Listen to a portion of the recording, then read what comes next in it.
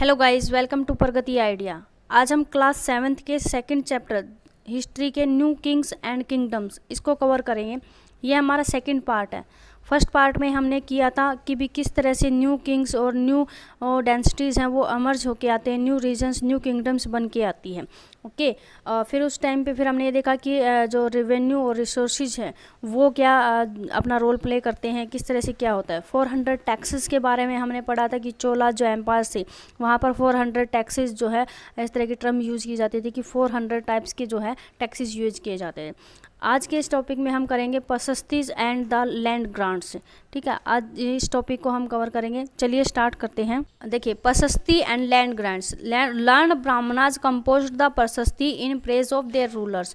तो क्या कहते हैं कि ब्राह्मण जो थे वो अपनी पसस्ती क्या होती है कि ऐसी राइटिंग्स जो संस्कृत लैंग्वेज में लिखी थी। तो ब्राह्मण जो थे उनको ही ये पंडित जो ब्राह्मण जो पंडित पुरोहित होते थे उनको ये राइटिंग्स लिखनी आती है। संस्कृत लैंग्वेज में जो राइटिंग लिखी जाती है उनको पसस्ती बोले थे। तो ये पंडित जो हैं ये इस राइटिंग्स को लिखते थे और किस उसमें लिखते थे कि ये अपने जो रूलर्स होते थे जिनके अंडर ये रहते थे उन रूलर्स की प्रेज करना, यानी कि एक तरह से उनकी तारीफ करते थे। They use to depict the rulers as courage and victorious warriors. तो मतलब ये दिखाते थे, उनका यूज इस तरह से करते थे कि वे दिखाते थे कि भी उनके जो रूलर्स हैं वो कितने शक्तिशाली हैं या कितने सुपीरियर हैं। ये चीज़ें ये शो ऑफ करने के लिए जो है वो पसस्तीज में इसका जो है इम्प्लीमेंट करते थे। Sometimes these were not literary true. तो मतलब कि समटाइम्स ऐसा होता था कि जो वो लिखते थे वो सिर्फ एक झूठी तारीफ कह सकते हैं, वो झूठी तारीफ थी उनकी, सच में जो सच्चाई थी वो नहीं होती थी। Kings often rewarded the Brahmans by grant of land. तो मतलब जो किंग्स की जो तारीफ करता है, किंग के बारे में जो लिखते थे तो उन ब्राह्मण्स को जो है किंग क्या करते थे, अपने एक ज़मीन का जो टुकड़ा है वो उसको ग्रांट करते थे, दान में दे देते थे एक तरह से। ठीक है, तो there were recorded on copper plates. तो ये जो रिकॉर्ड था कि भी जो दान दी गई है जो ज़मीन जो तो ग्रांट की गई है लैंड, उसका रिकॉर्ड जो है वो रिकॉर्डेड जो है उसके हमें पता कहाँ से मिलता है, वो रिसोर्स पता चलता है कि कॉपर प्लेट्स पे जो है ये लिखे हुए होते हैं कि भी ये जो ज़मीन जो है इतना एरिया जो है वो इस ब्राह्मण को जो है इस रूलर ने ग्रांट किया है, दान दिया। Okay, in 12th century the history of kings of Kashmir and was written by Kalhana in long poem of Sanskrit. तो 12th सेंचुरी में क्या होता है कि जो उस टाइम पे किंग्स की हिस्ट्री है, कश्मीर का जो किंग था उसके बारे में लिखा था एक राइटर, एक पोइट थे, राइटर थे कल्हन। उनकी बुक का नाम है राजतरंगिणी। तो उन्होंने अपनी जो बुक थी उसमें एक पोएम लिखी थी संस्कृत लैंग्वेज में। ठीक है, तो उसमें उन्होंने किया था कि उन्होंने इस अपने राइट्स में जो है इन पसस्तीज में या कल्हन ने जो है उन रूलर्स को जो पसस्तीज में जो लिखा हुआ था रूलर्स के बारे में, तो कल्हन ने अपनी राइटिंग में उन रूलर्स को जो है क्रिटिसाइज़ किया है और उन्होंने जो पॉलिसीज़ बनाई थी उनको भी क्रिटिसाइज किया है कि उनको मतलब जो गलत बताया कि पसस्तीज में जो इनके बारे में लिखा है वो गलत लिखा हुआ है। ये सब उन्होंने किसके थ्रू किया, एक पोएम के थ्रू किया जो एक संस्कृत लैंग्वेज में लिखी गई थी। ठीक है, तो इसके लिए जो उन्होंने जो ये पोएम लिखी थी तो इसके लिए उन्हें भी जो है रिसोर्सेज की ज़रूरत पड़ी थी। तो उन्होंने क्या किया, he used a variety of sources including, कहाँ से इंक्लूड किया कि inscriptions, documents, I writers, I contacts, accounts and earlier histories of the order or to present his account. यानी कि उसने जो अपनी बात थी उसको सच प्रूफ करने के लिए उसका जो है एक तरह से उसने प्रूफ रखे थे, कहाँ से उसने आइडिया निकाले, कहाँ से उसने अपना मटेरियल जो है वो तैयार किया। इंस्क्रिप्शंस से, इंस्क्रिप्शंस क्या होता है कि जो पत्थरों पे जो लिखा हुआ होता है वहाँ से उसने आइडिया लगाया। डॉक्यूमेंट्स, जो उस टाइम पे जो बुक्स वगैरह लिखी हुई थी।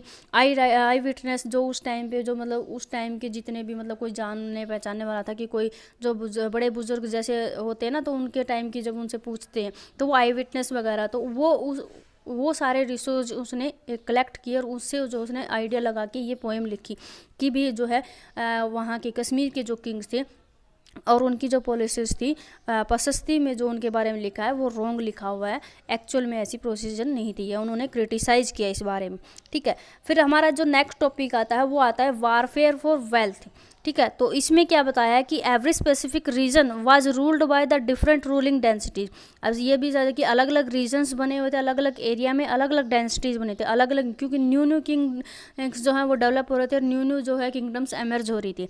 तो इस वजह से क्या हो गया कि अलग अलग एरिया में अलग अलग डेंसिटीज़ बनी। अब डेंसिटीज़ क्या होती हैं, डेंसिटीज़ होती है कि भी जैसे किंग है, किंग के बाद जो है उसी का जो बेटा होगा वो फिर उस किंगडम को संभालेगा, फिर उसके बाद भी जो है किंग का पोता जो है वो उस किंगडम, यानी कि एक ही फैमिली के मेंबर्स जो है 1 बाय 1 जो है किंगडम को संभालते हैं, वही जो है रूलिंग करते हैं, तो उसको हम डायनेस्टीज बोलेंगे।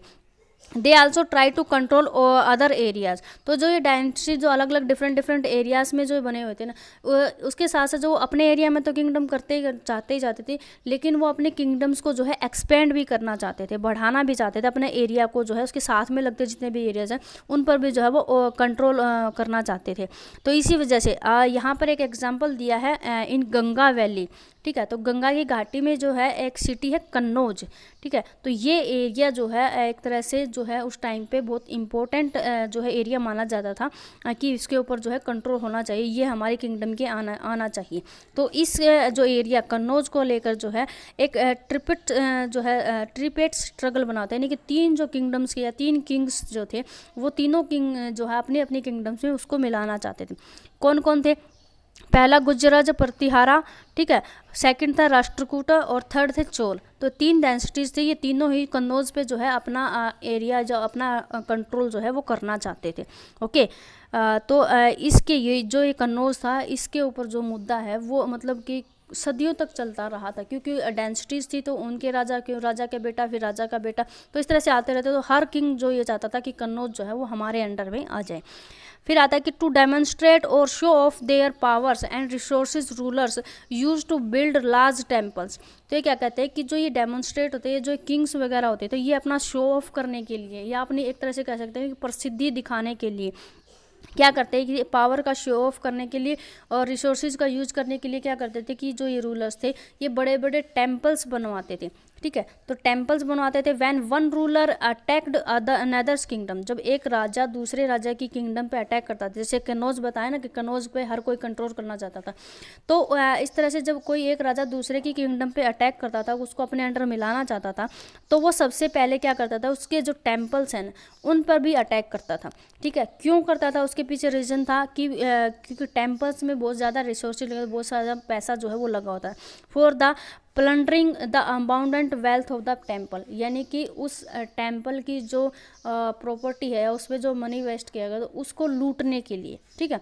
प्लंडरिंग का मतलब कि उसको जो है लूटने की, उसके वेल्थ को लूटने के लिए, एक तरह से उस पर कब्जा करने के लिए टेम्पल पे अटैक करते थे। ओके, इसी तरह का एक एग्जाम्पल है इन्वेशन ऑफ मोहम्मद गजनी, ठीक है।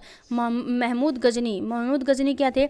ये अफगानिस्तान में एक गजनी सिटी है, मतलब कैपिटल है, उस जगह के किंग थे। और ये हम इंडिया में जो है हर साल एवरी ईयर जो है ये अटैक करते थे और क्या करते थे, सिर्फ और सिर्फ टेम्पल्स को जो है ये वाउंडेड करते थे फॉर द वेल्थ, ठीक है। क्या करते थे इन बिटवीन 1997 टू 130 AD, ठीक है। तो ये टाइम पीरियड है, इसमें जो ये सुल्तान महमूद गजनी थे अफगानिस्तान के, ये एक्सटेंड कर रहे थे अपना कंट्रोल, जो यानी कि अपना जो किंगडम है उसको एक्सटेंड कर रहे थे, एक्सपेंड कर रहे थे। तो ये ऐसे बढ़ते बढ़ते जो है ये सेंट्रल एशिया तक मतलब one over parts of central area में भी आ गए, ईरान में भी आ गए, and the north western part of the sub continent. और जो नॉर्थ वेस्टर्न पार्ट है, ठीक है, नॉर्थ वेस्टर्न पार्ट कौन सा हो गया, जैसे जो हमारा ऊपर का एरिया है, हम ये कह सकते हैं कि भी जम्मू कश्मीर गुजरात वाला जो एरिया है वो, और वेस्टर्न जो है पश्चिमी जो है गुजरात वाला एरिया, ठीक है। तो ऊपर भी हो गए और वेस्ट में भी हो गए, तो नॉर्थ में भी हो गए और वेस्ट में। तो गुजरात में बेसिकली हम एग्जांपल ले तो मतलब सब कॉन्टिनेंट का जो नॉर्थ वेस्टर्न एरिया है वहाँ पर जो है ये अटैक करने लग जाता है, उस पर कंट्रोल करने की कोशिश है। तो उसके अटैक में ये टारगेट करता है किसके ऊपर? वेल्थी टेम्पल्स पे। सबसे पहले ये अटैक करता है वेल्थी टेम्पल, जो बड़े बड़े टेम्पल्स हैं जिनको मतलब अच्छी तरह से बनाया गया, उन पर जो है ये अटैक करता था। इसी का एक एग्जांपल है कि जो ये महमूद गजनी है, इसने जो है सोमनाथ जो टेम्पल है गुजरात में, ठीक है, बहुत बड़ा टेम्पल और बहुत फेमस टेम्पल था। तो सोमनाथ टेम्पल पर इसने 25 बार जो है 25 टाइम्स जो है इसने अटैक किया है उसके ऊपर।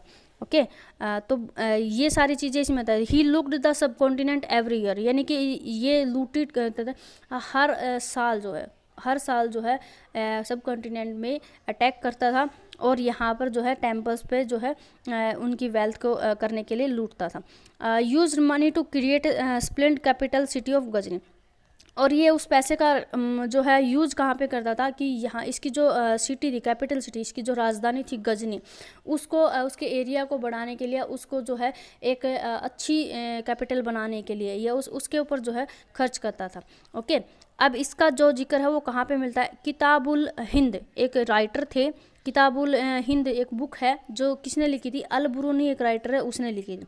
ठीक है, तो अल-बुरूनी ने किताबुल हिंद में जो है इस चीज़ का जो है जिक्र किया है कि महमूद गजनी ने सोमनाथ मंदिर पर अटैक किए थे। हर साल जो वो इस सब कॉन्टिनेंट में सिर्फ टेम्पल्स को लूटने के लिए आता था। It proves to be an important source of historians. तो ये जो बुक है किताबुल हिंद, ये इन रूलर्स के जो हिस्टोरियंस जो अपना मटेरियल रेडी करते हैं तो उनके लिए एक सोर्स बना हुआ है, इम्पोर्टेंट सोर्स जो है बन गया था। अब आता है चौहान रूलर्स, चौहान जिनको हम बोलते हैं। तो चौहान कौन थे, चौहान थे ruled over the region around Delhi and Ajmer. ठीक है, तो ये चौहान थे, इनकी रूलिंग कहाँ पे थी, आज दिल्ली और अजमेर के बीच का जो एरिया था उसमें। ठीक है, made effort to expand their control to the west and east. तो ये अपना एरिया जो है कहाँ बढ़ाना चाहते थे, वेस्ट में और ईस्ट में, ये अपना एरिया वेस्ट और ईस्ट में बढ़ाना चाहते थे। ओके, ये सारी चीज़ें। They were opposed to the Chalukyas of Gujarat and